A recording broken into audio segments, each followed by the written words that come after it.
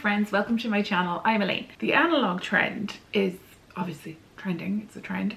So it's really popular at the moment to embrace analog hobbies and interests and things, just, you know, to create distance between yourself and your phone. So it's really popular at the moment to have like an analog basket or box or something like that.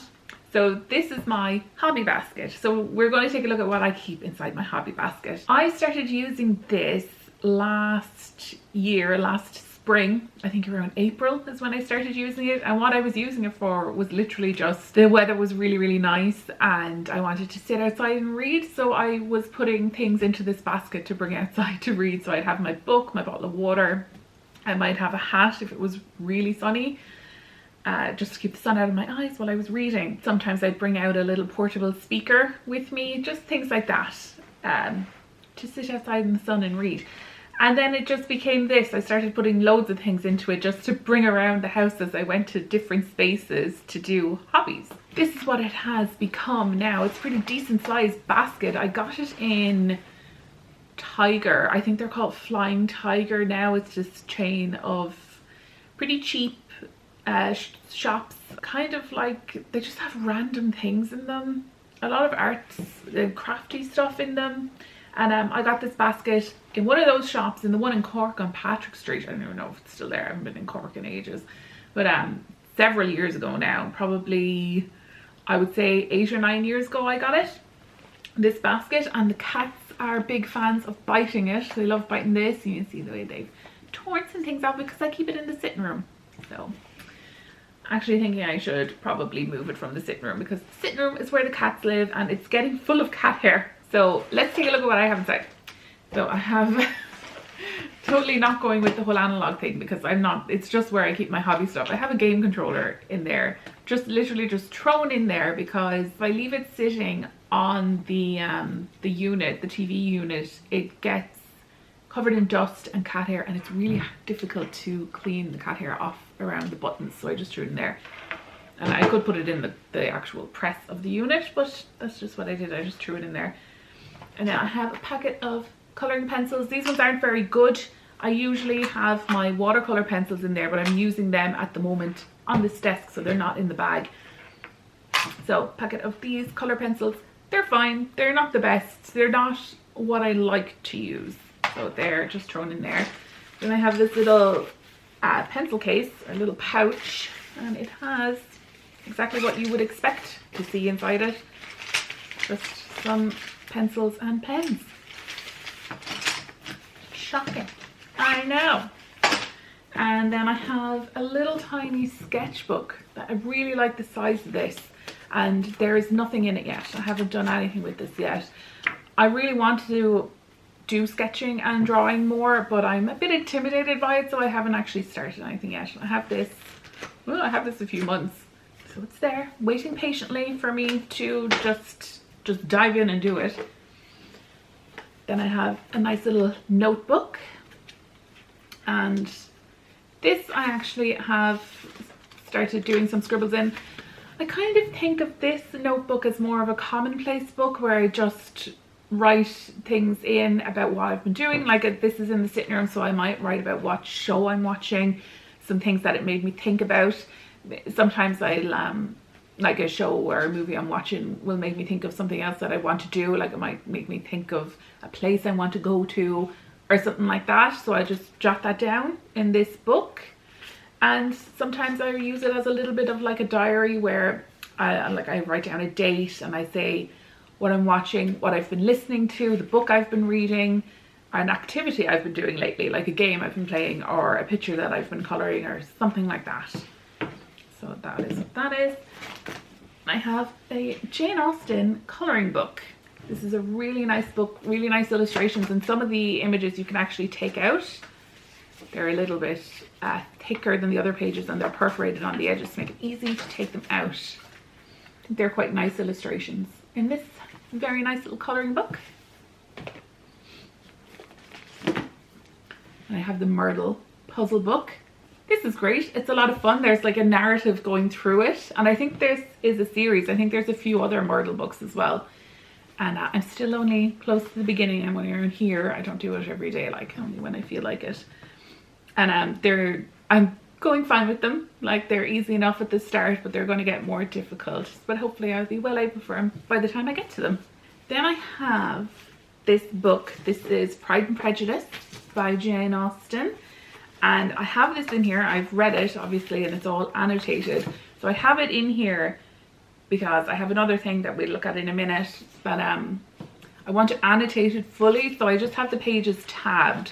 So I want to go through it and use like a more definite system for annotating, and then write in my notes about everything that I thought. So I basically want to reread the book again and annotate more intentionally, I guess.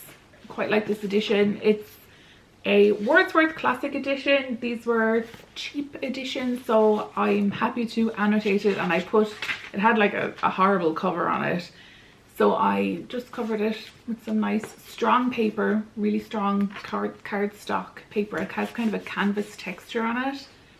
And I put this in, so I'm really happy. It has some illustrations in it, this edition.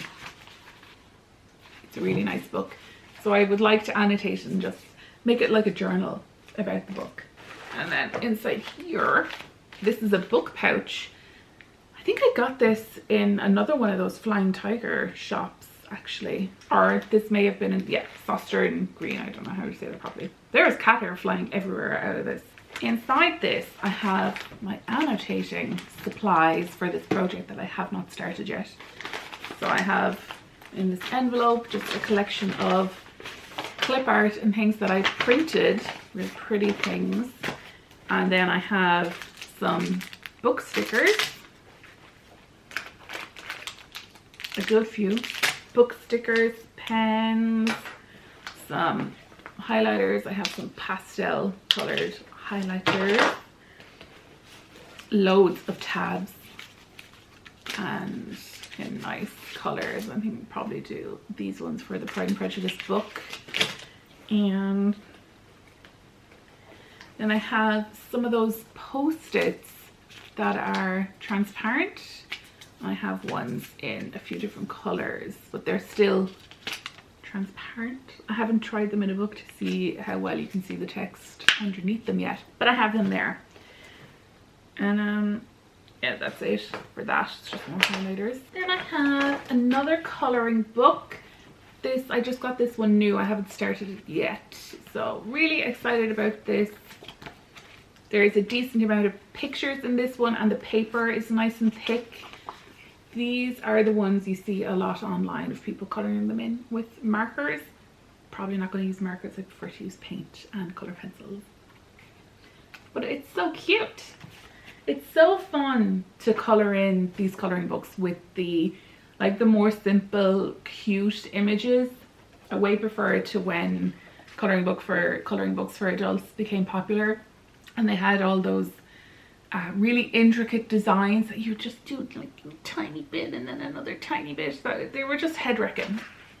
I still have a load of them, nowhere near finished. I mean, barely even started. Then I have another puzzle book, just a basic puzzle book from Tesco, as you can see up on the top. There's cat hair flying everywhere and tickling my nose. I'm gonna have to put this in a different room, but I like it in the sitting room. So this is just a general puzzle book, loads of normal puzzles, a mix to go through. I haven't done many of them, but that's fine. Then we have another set of colors. These are fine. They were really cheap. I got them in the range, and I think they were only like a £5 for this whole pack of colors, and they're totally fine. They're actually better than those ones in the tin. And I have my earbuds, my little headphones that I never use because they always fall out of my ears, but I have them in case I decide to listen to an audiobook or something while I'm playing with my stuff. And I have a random hair bobbin. And inside here, I love this pouch, absolutely love it. This was a gift from my mother-in-law, or my in-laws, a few Christmases ago. So inside here I have this is my coffee journal supplies. The whole thing is just I think I'll show you this more in depth later because there's a good few things inside it.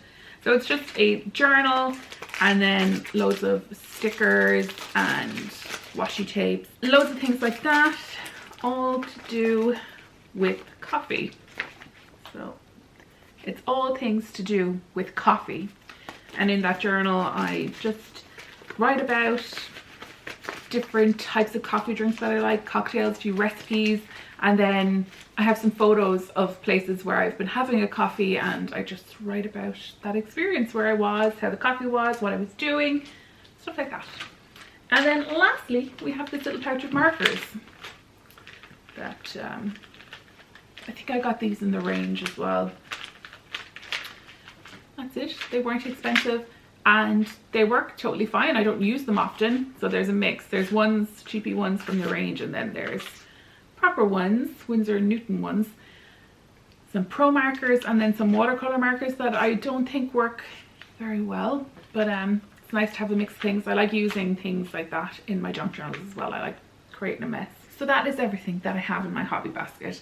I mostly use this in the evenings when I'm watching TV, but I don't really feel like watching TV, so I grab something from the basket.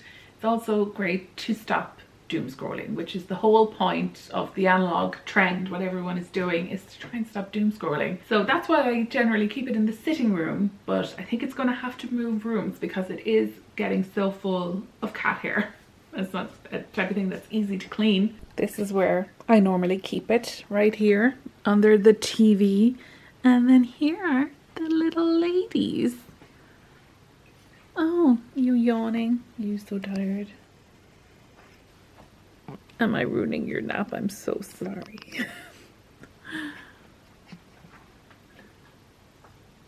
I could never be mad at them though for filling my hobby basket with fur. They're too cute. Yeah, then they're destroying the rope, the scratching post rope on their thing. We got some new one, this one, to tie onto it, but they don't seem to like it as much. We got this on Amazon. It was really cheap. It was only like €50. And it is pretty decent, except for that. They really like it. Okay, so that's it for me today. Thank you so much for joining me, and I will see you in the next one. Have a look at my husband's hobby shelves. We might have a closer look at that someday, but not today.